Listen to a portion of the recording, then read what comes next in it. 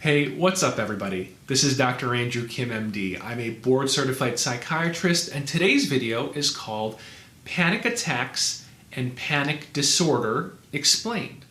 So how are panic attacks somewhat different than experiencing general anxiety or general worries? Well, first of all, let's define what a panic attack is.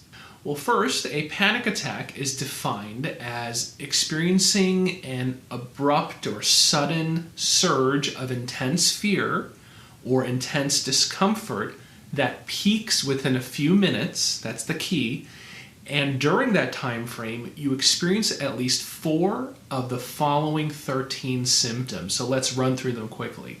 First of all, you may experience a sensation that your heart is pounding or that your heart is racing, that you're sweating suddenly more than usual, you're trembling or shaking, you may feel short of breath, you may feel a sensation that you're choking, you may feel some chest pain or chest discomfort, you may feel nausea or stomach upset, you might feel dizzy, lightheaded, or faint.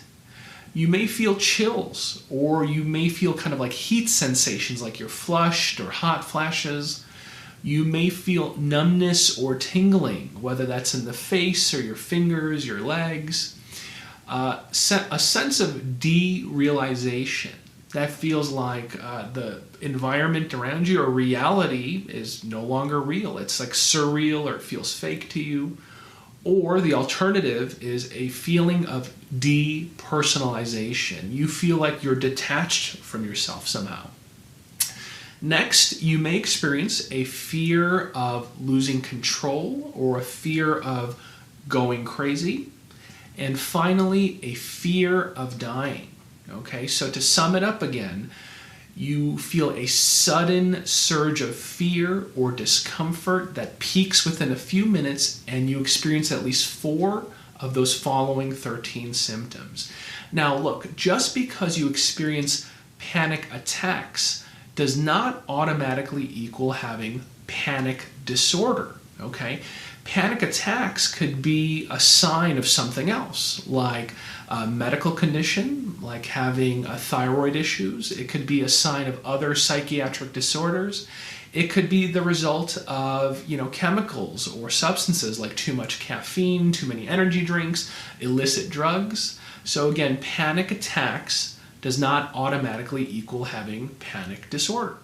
Now, in order to meet the criteria for panic disorder, according to the DSM-5, you need to meet the following 4 criteria. Criteria number 1, you experience recurrent or repeated unexpected panic attacks, okay? And we explain what those were. So again, repeated unexpected panic attacks. Criteria number 2, at least one of those attacks is followed by at least 1 month or longer of one or both of the following issues. Issue number 1, you have persistent worries about having additional panic attacks. So you're spending time for at least the following month or longer. When's the next one going to happen? How many more am I going to have? It's coming. Or you have persistent worries about the potential consequences of further panic attacks. So you think to yourself, man, I'm going to have another panic attack. If I have another one, I'm going to have a heart attack. I'm going to end up dying. I'm going to end up losing control. I'm going to end up going crazy. So again, persistent worries about additional panic attacks or the consequences of them. Issue number 2, okay, is significant maladaptive or unhealthy behavioral changes, okay, in an attempt to try to prevent or avoid having more panic attacks. So what do I mean? Some examples are like, look, I had that panic attack, or those panic attacks keep happening when I go to places I've never been before, unfamiliar places. So I'm never going to go to a new place that I've never been to before, or I'm only going to go to those places when I bring somebody. That panic attack I had, it happened when I was at the gym. I'm never going to exercise again. I'm going to avoid exercise completely.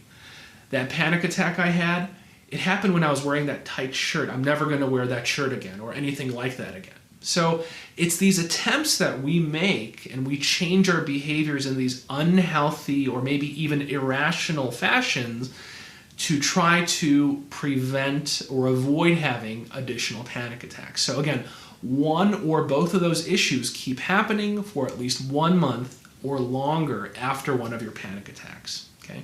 Criteria number 3, these panic attacks can't be the result of medical conditions or the result of substances like caffeine, illicit drugs, prescription medications, okay? And finally, criteria number 4, these panic attacks can't be better explained by other psychiatric issues. Like I said earlier, panic attacks don't equal panic disorder. So if you're only having panic attacks in social situations and you meet the criteria for social anxiety disorder, then you don't meet the criteria for panic disorder. If you're having panic attacks only when you're exposed to certain phobias or stimuli because you have a specific phobia, like you're claustrophobic, and when you're feeling claustrophobic, that's when you have a panic attack, but not really outside of those scenarios, then you meet the criteria likely for having a phobia and not panic disorder. So again, you have to rule out other psychiatric issues that may be the source of these panic attacks. So again, that is the DSM-5 criteria for panic disorder.